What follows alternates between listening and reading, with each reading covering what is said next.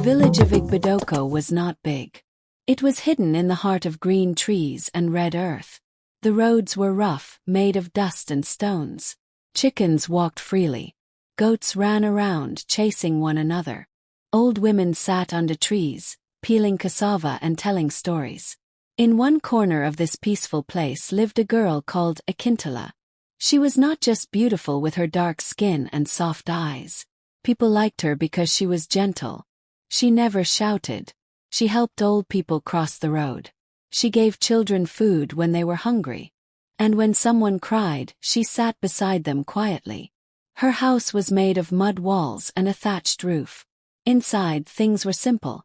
Mats on the floor, a small fire for cooking, and the sweet smell of soap Mama Titi made from palm oil. Every morning, Akintola woke before the sun. She swept the yard with a short broom, made from palm sticks. The ground became smooth and clean. After that, she carried her clay pot and walked to the stream.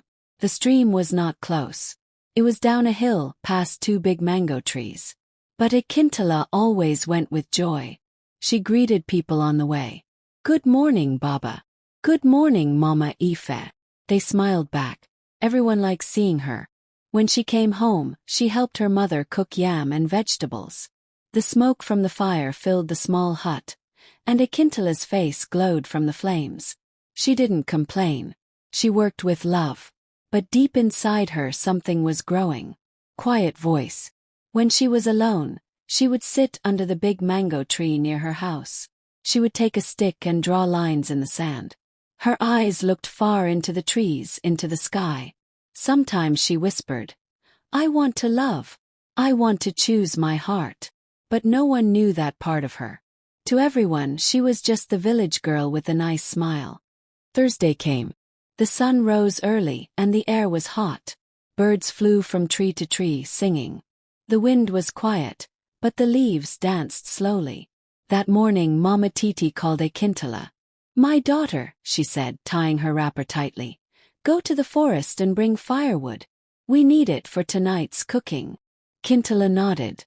She tied her scarf, picked up her rope, and left with her small knife.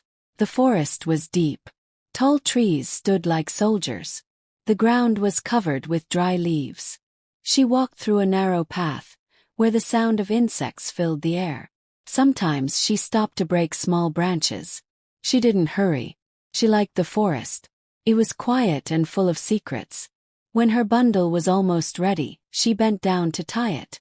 Then she heard something. Sound behind her. Something crawling. She stood up slowly.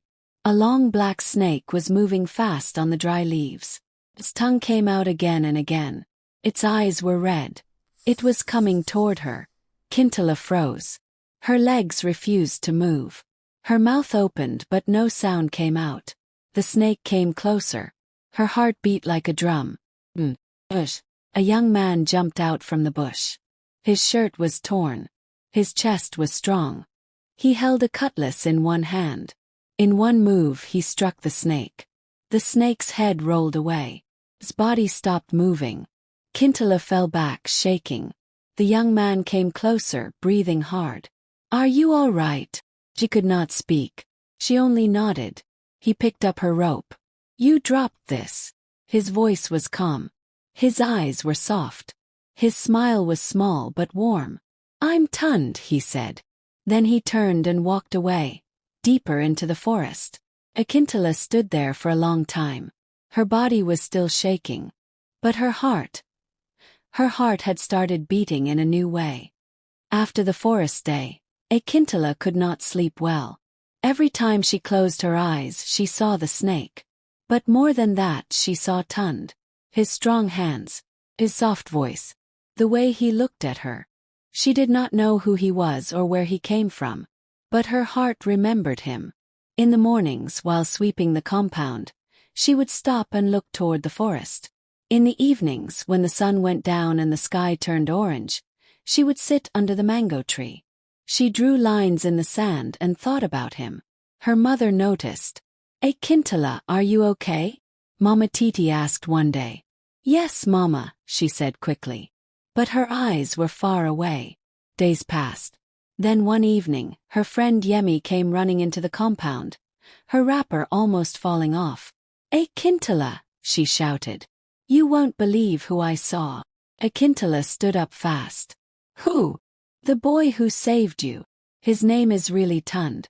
He's from Ayalala, the next village. He comes to our stream to fish." Akintola's heart jumped. From that day, Akintola and Yemi went to the stream more often. They pretended to fetch water, but Akintola was always searching. One afternoon, when the sun was not too hot, they saw him. He was standing near the water, pulling a net. His hands were wet, and he was smiling. Yemi pushed her. "Go and greet him." Akintola walked slowly toward him. Her heart was beating fast. "Good afternoon," she said, looking at the ground. Tund turned. He smiled. "You came." She looked up. "I wanted to say thank you." "You already did. With your eyes." They laughed. Not loudly. Just enough to feel the peace. After that day they met more often. They talked about small things. About trees. About rain. About dreams. Sometimes they just sat in silence. They never touched. But their eyes always searched for each other. Something was growing between them. Something soft. Something real. Rain had not fallen for 3 days. The village paths were dry. The wind carried dust into the air. Chickens walked around lazily, and the goats stayed in the shade. Akintola sat with her head resting on her knees under the mango tree. Her thoughts were deep. She had just returned from the stream, where she and Tund had shared another quiet moment. His voice stayed in her ears. His smile followed her everywhere. But that evening everything changed. Her father, Babatunde, called her into the inner room. He was sitting on a wooden stool, wearing his old brown wrapper. His walking stick leaned against the wall beside him. His face was hard. "Akintola," he said, "you are now a woman. It's time for you to marry." She looked at him, confused. "Marry?" "Yes," he said. "I have spoken to Chief Olawu. His son Adissa will marry you. He has land, 3 goats and 2 huts. You will live well." Her mouth felt dry. Her fingers became cold. "But Baba," she said softly, "I don't want to marry him." He raised his head slowly. "You will not shame this family." Her voice was shaking. "I love someone else." His eyes became red. He stood up and shouted, "You will forget that forest boy. You will do as I say." She ran out of the room, tears falling from her eyes. She ran to her mother's hut. "Mama, help me," she cried. "Talk to him. I don't want this." Mama Titi hugged her tightly. Her eyes were wet too. "My daughter, I could not choose my husband either. You must obey." That night, Akintola lay on her mat.